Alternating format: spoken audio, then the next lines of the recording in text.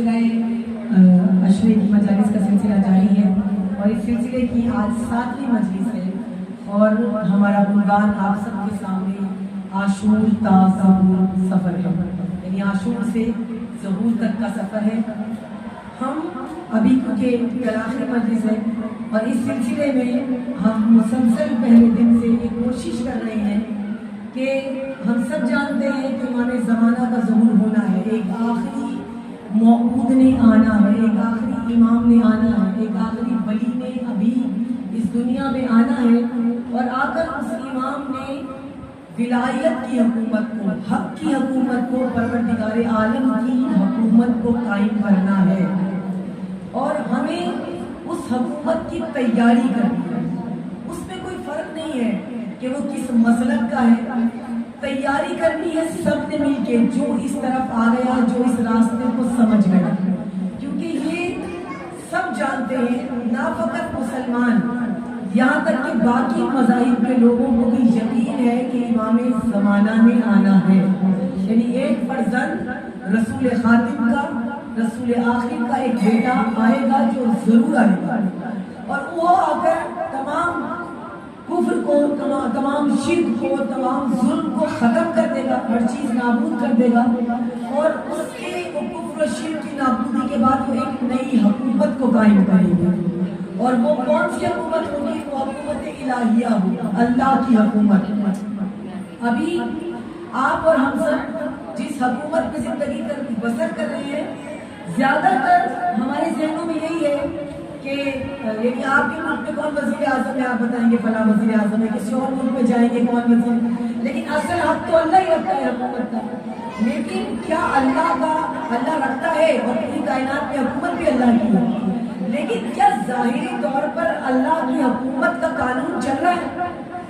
نہیں چل رہا۔ پاکستان میں پاکستان کی حکومت کا قانون چلتا ہے، ہندوستان میں جائیں تو ان کی حکومت کا قانون ہے، جو عدالتی قانون ہے، جو بھی قانون ہے، یہ سب ہر ملک کے اس کے ملک کے اعتبار سے چل رہے ہیں، اللہ کے قانون کے اعتبار سے ممالک نہیں چل رہے۔ نظام الہی تو چل رہا ہے، یہ زندگی، یہ موت، یہ بارش، یہ سورج، یہ چاند، یہ ستارے، یہ فصلوں کا اگنا، یہ موسم، یہ بادلوں کا برسنا، یہ سمندر کا پانی اٹھانا، یہ بخارات بن کے پانی کا بلند ہونا، یہ سورج کا چمکنا، اس جتنی بھی باقی سارا نظام کائنات، یہ تو اللہ ویسے ہی چلا رہا ہے جیسے اللہ نے چلانا ہے، لیکن وہ قانون، وہ سزا، وہ جزا، وہ قتل، وہ ظلم، وہ شرک، وہ بربریت، یہ سب انسان دنیا میں خود ہی کر رہا ہے۔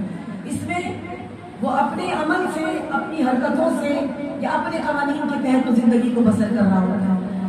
آخری امام نے آ کر ان تمام قوانین کو، ان تمام حکومتوں کو ختم کر کے، ظلم و جور کو ختم کر کے ایک ایسی الہی حکومت کا قیام کرنا ہے اور وہ شکل کس کی ہوگی؟ جیسے رسول خدا نے جب لوگوں کو مسلمان کیا، اس کے بعد جو مدینے میں حکومت قائم کی تھی ویسی ہوگی، یا جو حکومت مولا علی نے 4 سال گزاری ہے بالکل ویسی حکومت ہوگی، وہ ایک نظام قائم۔ لیکن اس سب کے لیے یا اس ظہور تک پہنچنے کے لیے ہماری اور آپ کی تیاری بہت ضروری ہے۔ اگر ہم امام کو بلاتے رہے، امام کو پکارتے رہے اور امام آ گئے لیکن ہم تیار نہ ہوئے تو بھی امام کو بلانے کا فائدہ نہیں ہے۔ اور ہماری تیاری کیسے ضروری ہے کہ فقط میری نہیں، جہاں میری تیاری ہے وہاں آپ کی ہو، ہمارے بچوں کی ہو، ہمارے شوہروں کی ہو، ہمارے سے جو بھی تعلق رکھتا ہے ان سب کی تیاری ضروری ہے۔ تیاری کون سی؟ پہلے دن سے ایک ہی بات کرتے آ رہے ہیں کہ جو بھی اس راستے پر، جو حق کا راستہ ہے، توحید کا راستہ ہے، خدا کا راستہ ہے، جو بھی اس راستے پر چلتا ہے یہ موت کا راستہ ہے، یہ شہادت کا راستہ ہے۔ جس کے دل میں عزم شہادت ہوگا، جو موت کے لیے تیار ہوگا، جو اللہ سے ملاقات کے لیے تیار ہوگا، وہ اس سفر پہ جائے گا۔ اور مولا حسین کربلا میں پہلے ہمیں یہ سب کچھ کر کے دکھا رہے ہیں اور پھر کہہ رہے ہیں کہ بڑے پیمانے پہ تم نے کر دیا، یعنی کربلا میں تو 72 کو لے کے گئے نا، 72 کو لے کے جا کے دکھایا کہ دیکھو ایسے ولایت کی حکومت ہوتی ہے، ایسے ولی کے سائے میں لوگ زندگی پسند کرتے ہیں، ایسے ولی کی بات مانی جاتی ہے۔ کوئی مولا علی سے کتنے ہی، مولا حسین سے کتنی عمر میں بڑا ہو، کوئی 50 سال کا ہو، کوئی 65 سال کا ہو، 75 سال کا ہو، مولا اور حسین سے ایج میں مطلب ڈفرنس جو اس کا ہے، جیسے مولا علی کی، مولا حسین کی عمر سے کوئی 15 سال بڑا ہے مولا سے، کوئی 25 سال بڑا ہے، کربلا میں ایسا ہے کوئی 35 سال بڑا ہے۔ تو یہ جو جتنے عمر کا اعتبار سے بڑے بھی ہیں، بزرگ بھی ہیں، وہ اپنی مرضی کا، پہلے بھی سے نہیں بتا رہی ہوں کہ وہ نہیں چلاتے، وہ دیکھتے ہیں امام کیا کہتا ہے۔ اب کربلا ہمیں عکس دے رہی ہے، پہچان دے رہی ہے کہ دیکھو 72 کے اندر میں نے یہ حکومت قائم کی ہے اللہ کی، اور اللہ کی حکومت میں یہ سب جو میرے ساتھ 72 یا 100 آئے ہیں، یہ ان کے پاس جو کچھ ہے یہ سب دینے کے لیے تیار ہے، ہر چیز قربان کرنے کے لیے تیار ہے۔ راہ خدا میں اپنے بچے، اپنی اولادیں، اپنے پردے، اپنی بچیاں، اپنی بیٹیاں، یہ سب دینے کے لیے تیار ہے۔ اور یہ ایسے تیار کیے ہیں مولا حسین نے، یہ ایک دن کربلا کا جو ہے، یہ عاشور کا جو ہے، ایسے تیار کیے ہیں کہ بعد میں جب ان پر مشکلات اور بڑھ جائیں گے، شہادت سے پہلے مشکلات ہیں، جیسے اکثر علماء بھی کہتے ہیں کہ کربلا میں زندہ رہنا مشکل تھا، مر جانا آسان تھا، یعنی جو شہید ہو گئے ان کی تو مشکل آسان ہو گئی، لیکن جو زندہ ہیں ان کی مشکلات ابھی باقی ہیں۔ تو وہ جو باقی زندہ ہیں وہ بھی اس مصیبت، اس مشکل کے لیے آمادہ ہو، تیار ہو۔ امام نے ایسا تیار کیا، ان کو ایسی ولایت میں تیار کیا کہ جتنے لوگ بعد میں بچ گئے تھے وہ بھی حمد پروردگار عالم کر رہے تھے، شکوہ نہیں کر رہے تھے، گلہ نہیں کر رہے تھے، خدا سے حمد کر رہے تھے، پروردگار عالم کی حمد بیان کر رہے تھے، کیونکہ خدا کو جانتے تھے کہ خدا ہمارا ولی ہے، خدا ہمارا سرپرست ہے۔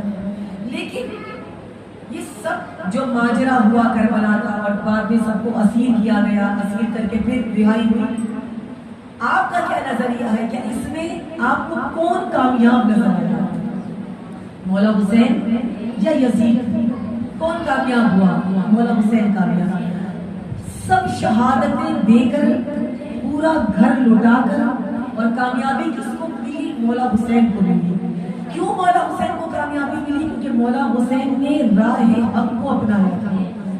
حق کا راستہ مشکل ہے، دشوار ہے، اور حق کے راستے کے کمالات بہت زیادہ ہیں۔ یہ راہ نجات ہے، یہ راہ حق ہے، اس کے کمالات اس لیے بہت زیادہ ہیں کہ جب آپ اس پر، آپ یہاں سے توجہ رکھیے گا کیونکہ 2 مجلسیں رہ گئی ہیں، میں اپنے موضوع کو سمیٹنا چاہتی ہوں تاکہ ہم ظہور تک پہنچنے میں ہمیں آسانی ہو جائے۔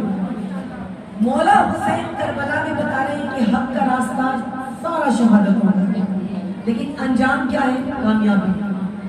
یہاں پر شہادتیں بھی دیں گے، سب کچھ دیں گے، لیکن کامیابی کے ساتھ امام زمانہ تک ہم نے پہنچنا ہے، جو ہمارا ہدف ہے، جو ہمارا اصل مقصد ہے زندگی گزارنے کا، کہ ہم نے پاکیزہ زندگی اس لیے گزارنی ہے کہ آخری امام کو بھی ہم نے منہ دکھانا ہے اپنا۔ جب انسان حق کے راستے پر چلتا ہے، شروع میں آپ کو لگتا ہے بہت کٹھن راستہ ہے، بہت مشکلات ہیں، بہت تکلیفیں ہیں، جیسے اس وقت آپ لوگوں میں بہت تک طبقہ اہل تسنن کا ہے، یعنی آپ کا مکتب تھوڑا سا مختلف ہے، ایک بڑا طبقہ ہے۔ آپ جب آ رہے ہیں تو مشکل ہے آپ کو بھی آنے میں، گھر والوں کی طرف سے مشکلات ہیں، کسی کے شوہر کی طرف سے مشکلات ہیں، مختلف طریقے سے آپ کا یہاں پہ آنا کہیں نہ کہیں تھوڑی سی مشکل آپ کے لیے کھڑی کرتا ہے، لیکن آپ آتے ہیں۔ کیوں آتے ہیں؟ اس لیے آتے ہیں کہ آپ جانتے ہیں کہ حق کا راستہ ہے، حق کا راستہ اپنے عشق کی طرف خود بخود لے کے آ جاتا ہے، کھینچتے ہوئے لے آتا ہے۔ آپ کس کے عشق میں آ رہے ہیں؟ آپ کو یہ نہیں، آپ کو پتہ ہے اس بات کا کہ یہاں مجلس کے بعد پیسے کسی کو نہیں ملتے۔ اگر آپ کے بے نظیر انکم سپورٹ یا اکثر لوگ لگا کے رکھتے ہیں، آپ دیکھا کتنا رش ہوتا ہے، کہ انہیں پتہ ہے کہ اس کے بعد انہیں پیسہ ملنا ہے۔ آپ کو پتہ ہے کہ اس کے بعد مجھے پیسے نہیں مل رہے، یہاں سے جانے کا مجھے اتنی دولت نہیں مل رہی ہے، مجھے کوئی گھر بنا کے نہیں دے رہا، مجھے کوئی اسباب بنا کے نہیں دے رہا، مجھے کوئی نوکری نہیں لگوا رہا، لیکن آپ اپنے گھر سے تمام وقت نکال کر مجلس حسین ابن علی میں آ رہے ہیں۔ کیوں آ رہی ہے؟ کسی کے عشق میں، اس حسین کے عشق میں، اس مولا حسین کی محبت میں، اپنے گھروں سے تمام کاموں کو چھوڑ کر اب اس مولا کے عشق میں، ان کی محبت میں، ان کے تذکرے کو سننے کے لیے آئی ہیں، تاکہ جب میں ان کا تذکرہ سنوں تو کیا ہو، میرا ایمان اور پختہ ہو جائے، میرے ایمان کو معرفت مل جائے، میرے ایمان کو، ہمارا مقصد بھی یہی ہے، ایمان کو معرفت مل جائے، جو میں سوچتی ہوں، جو نظریات میرے ہیں وہ تھوڑے سے بلند ہو جائیں، میں اس ہستی کے بارے میں، اس ہستی کا تذکرہ سنوں۔ آپ راہ حق میں چلیں، راہ حق میں مشکلات آئیں، اور خدا کہتا ہے کہ شروع میں مشکلات ہیں لیکن اس کے بعد میں مشکلات کو آسان کر دیتا ہوں۔ مشکلات آسان کیسے کرتا ہے پروردگار؟ اب آئیں قرآن سے پوچھتے ہیں کہ خدا ان مشکلات کے بعد آسانیاں کیسے پیدا کرتا ہے۔ حضرت موسیٰ آئے اور حضرت موسیٰ کو جب پروردگار عالم نے تیار کر لیا، تربیت کا رگڑا لگ گیا، اب حضرت موسیٰ سے کہا کہ موسیٰ جاؤ اور فرعون کے مقابلے میں کھڑے ہو جائیں، اب تم آمادہ ہو گئے، تیار ہو گئے۔ حضرت قرآن کا قصہ ہے، آپ نے پڑھا ہوا ہوگا جو پڑھنے والے بچے ہیں، جاؤ اب فرعون کے مقابلے میں۔ حضرت موسیٰ نے کہا پروردگار، معاوضہ نہیں مانگا، کوئی مدد نہیں مانگی، معاوضہ نہیں مانگا، بس یہ کہا کہ پروردگار یہ معاملہ کتنا سخت ہے، فرعون کے دربار میں جانا ہے، جو وقت کا بادشاہ ہے، جو خود کو خدا سمجھتا ہے، جو خود کو عظیم سمجھتا ہے، جو خود کو برتر سمجھتا ہے، سارا لشکر اس کے پاس، سارے سپاہی اس کے پاس، معاوضہ نہیں مانگا، کیا مانگ رہا ہوں؟ مجھے ساتھی دے دے، ناصر دے دے، مددگار دے دے۔ کون مددگار چاہیے؟ مجھے میرے ہارون، میرے بھائی کو میرا مددگار بنا دے، مجھے میرے بھائی تو ویسے ہی مددگار ہوتا ہے انسان کا، میرے بھائی کو میرا مددگار بنا دے۔ کیوں بنا دے؟ اس لیے کہ ہارون بہت فصیح ہے، بہت بلیغ ہے، یعنی بولتے بہت کمال کا ہے، گفتگو بہت کمال کی کرتے ہیں۔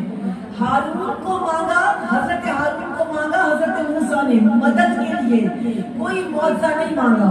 ادھر رسول خدا نے اپنے زمانے میں اپنی مدد کے لیے نہ معاوضہ مانگا نہ کسی اور کو مانگا، پروردگار عالم سے کہا کہ اپنی جانب سے ایک نصیر دے دے، ایک ناصر دے دے، ایک مددگار دے دے۔ پروردگار عالم نے حضرت علی ابن ابی طالب کی شکل میں ایک مددگار دے دیا۔ وہاں ہارون مدد کرتے رہے، یہاں علی ابن ابی طالب مدد کرتے رہے۔ اسی لیے رسول خدا کی حدیث ہے نا کہ علی تمہاری اور میری نسبت ہارون اور موسیٰ جیسی ہے۔ ہارون جو مددگار ہیں حضرت موسیٰ کے، اور علی جو مددگار ہیں حضرت رسول خدا کے۔ اب حضرت موسیٰ صرف مددگار مانگ رہے ہیں، اللہ نے مددگار نہیں کیا۔ اب کیا کہا؟ اب میں راہ حق پہ چل سکتا ہوں، اب میں چلا جاؤں گا، اب میں فرعون کے پاس پہنچ جاؤں گا، اب میں مددگار مل گیا نا، اب میں لڑ سکتا ہوں، اب میں مدد کر سکتا ہوں، اب میں یہ کام کر سکتا ہوں۔ یہ کہہ کر جب نکلے تو خدا نے جوش اور جذبہ دیکھا، اور خدا نے کہاں پر بلایا؟ خدا نے کہا کہ حضرت موسیٰ کو بلایا، اور بلا کے حضرت موسیٰ سے کہا کہ تمہارے ہاتھ میں کیا ہے؟ حضرت موسیٰ نے کہا کہ عصا ہے۔ کہا کیا کرتے ہو؟ عصا کو، جو یہ ٹہنیاں ہیں، یہ قرآن کی قصہ ہے، یہ جو ٹہنیاں ہیں، یہ ٹہنیوں کو نیچے کرتا ہوں تاکہ میری بکریاں کھا سکیں، اس سے میں جو پتے ہیں ان کو گراتا ہوں، عصا سے پتوں کو گراتا ہوں۔ کوئی درندہ اگر حملہ کر لیتا ہے تو میں عصا کے ذریعے سے اپنے جانوروں پر اگر حملہ کرتا ہے تو میں عصا کے ذریعے سے ان درندوں کو ہٹا دیتا ہوں۔ اور کیا کرتا ہوں؟ عصا کے سہارے چلتا ہوں، عصا کے ساتھ ایک کام بتائے، میں یہ کرتا ہوں، یہ کرتا ہوں۔ خدا نے کہا عصا کو پھینک، عصا کو پھینکا، عصا اژدہے میں تبدیل ہو گیا۔ اب دوبارہ عصا کو اٹھایا تو عصا دوبارہ عصا بن گیا۔ معجزہ آتا ہوا، پھر ید بیضا آتا ہوا۔ اب دو معجزے ایک ساتھ تھی۔ اپنے زمانے کے اعتبار کا تھوڑی سی توجہ چاہتی ہوں، اپنے زمانے کے اعتبار کا معجزہ، کیونکہ مقابلہ ہونا تھا جادوگروں سے، اسی لیے ویسا ہی معجزہ ادا کیا، جیسا زمانہ ویسا معجزہ۔ یہ ذہن میں رکھیے گا، جیسا زمانہ ویسا معجزہ۔ حضرت موسیٰ کو زمانے کے اعتبار سے، ضرورت کے اعتبار سے معجزہ دیا۔ عصا، ید بیضا لے کے گئے، وہ تمام واقعہ آپ کو پتا ہے۔ کعبے پہ حملہ ہو رہا ہے، ہاتھی آ رہے ہیں، ہاتھی کعبے کو ڈھانے کے لیے تیار ہے۔ پروردگار عالم نے چھوٹے چھوٹے پرندے، پرندوں میں سب سے چھوٹا پرندہ ابابیل ہے، چھوٹے چھوٹے ابابیل کے منہ میں ان سے بھی چھوٹا پتھر ڈالا، اور ڈال کے فیل کے مقابلے میں، بڑے بڑے ہاتھیوں کے مقابلے میں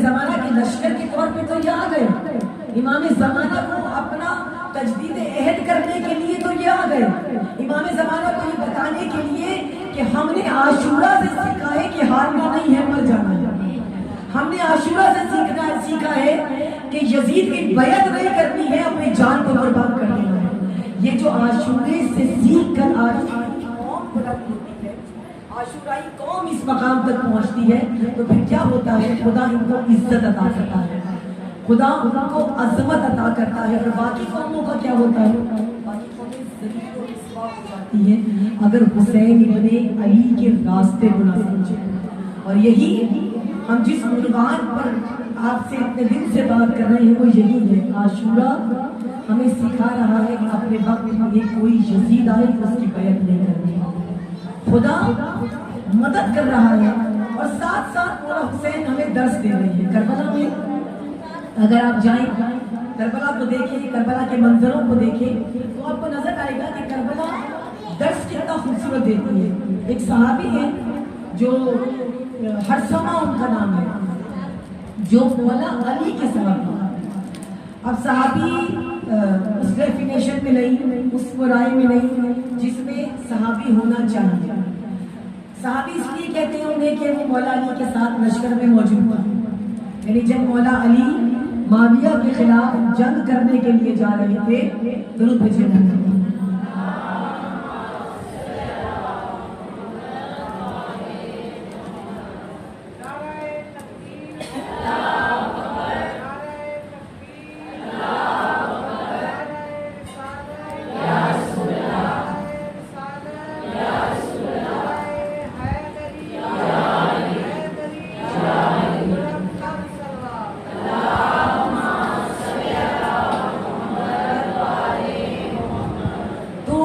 وہ صحابی، پہلے میں نے آپ لوگوں کو شاید بتایا ہے کہ صحابی کس کو کہتے ہیں، جو شعوری اعتبار سے، مقصد کے اعتبار سے اپنے امام کے ساتھ ہوتا ہے وہ صحابی ہوتا ہے۔ جو امام کا مقصد ہے وہی صحابی کا مقصد ہے، جو امام کا ہدف ہے وہی صحابی کا ہدف ہے، جو امام سوچ رہے ہیں وہی صحابی سوچ رہا ہے، جن کی منزل، جن کا نظریہ، جن کا شعور، جن کی فکر سب ایک ہے، وہ صحابی ہوتا ہے۔ اب یہ کہنے کو صحابی ہے، لیکن یہ وہ تھا جو مولا علی کے ساتھ جنگی صفین میں ان کے حب رکھا تھا، لڑ رہا تھا، بڑا بہادر، بڑا شجاع۔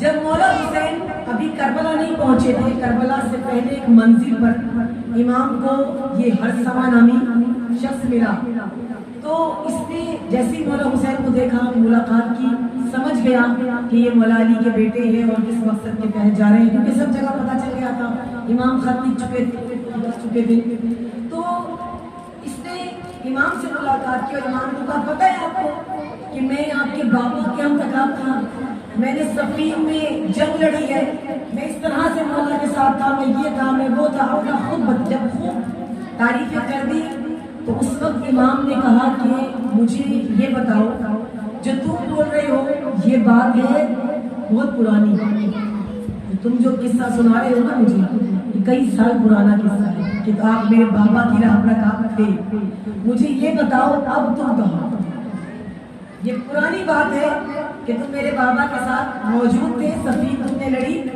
تم یہ بتاؤ اب تم کہاں، تم میرے مد مقابل ہو یا پھر تم میرے خلاف ہو، یعنی میرے خلاف ہو یا میرے ساتھ ہو؟ تو اس نے کہا کہ نہ آپ کے ساتھ ہو نہ آپ کے خلاف، یعنی آپ کے ساتھ بھی نہیں دے رہا، آپ کے خلاف بھی نہیں۔ کتنا عجیب جواب ہے کہ ساتھ بھی نہیں خلاف بھی نہیں، یعنی خاموش ہو۔ اب شاید ہمارے زمانے میں کوئی ہو اور کوئی حق کی طرف جا رہا ہو اور کوئی آپ سے سوال کرے کہ کس طرف ہو، تو آپ یہی جواب دیں کہ میں آپ کے ساتھ بھی نہیں ہوں، آپ کے مخالف بھی نہیں ہوں، یعنی میں آپ کے ساتھ لڑوں گا، نہ آپ کے ساتھ جاؤں گا، نہ آپ کے مخالفت میں جاؤں گا، خاموش ہوں گا۔ اور یہ کہہ کر ہم اپنے آپ کو بچا بھی لیتے، اور اس نے بھی شاید یہ سوچا ہو کہ اب مجھے کوئی خطرہ نہیں ہے، اللہ مجھ سے ناراض نہیں ہوگا، پروردگار مجھے قبول کر لے گا، مجھ سے کوئی ناراضگی نہیں ہوگی، پروردگار عالم کی کیوں نہیں ہوگی؟ میں نے کون سا مولا حسین کو مارا ہے، میں نے کون سا مولا حسین کو قتل کیا، میں نے ساتھ بھی نہیں دیا اور میں مخالفت میں بھی نہیں گیا، اگر ساتھ نہیں دیا تو بھی گناہ نہیں ملے گا، مخالفت میں وہ سوچ رہا تھا، جبکہ ایسا نہیں ہوتا۔ جب حق عیاں ہو جاتا ہے، جب حق واضح ہو جاتا ہے، جب حق برہان بن جاتا ہے، جب حق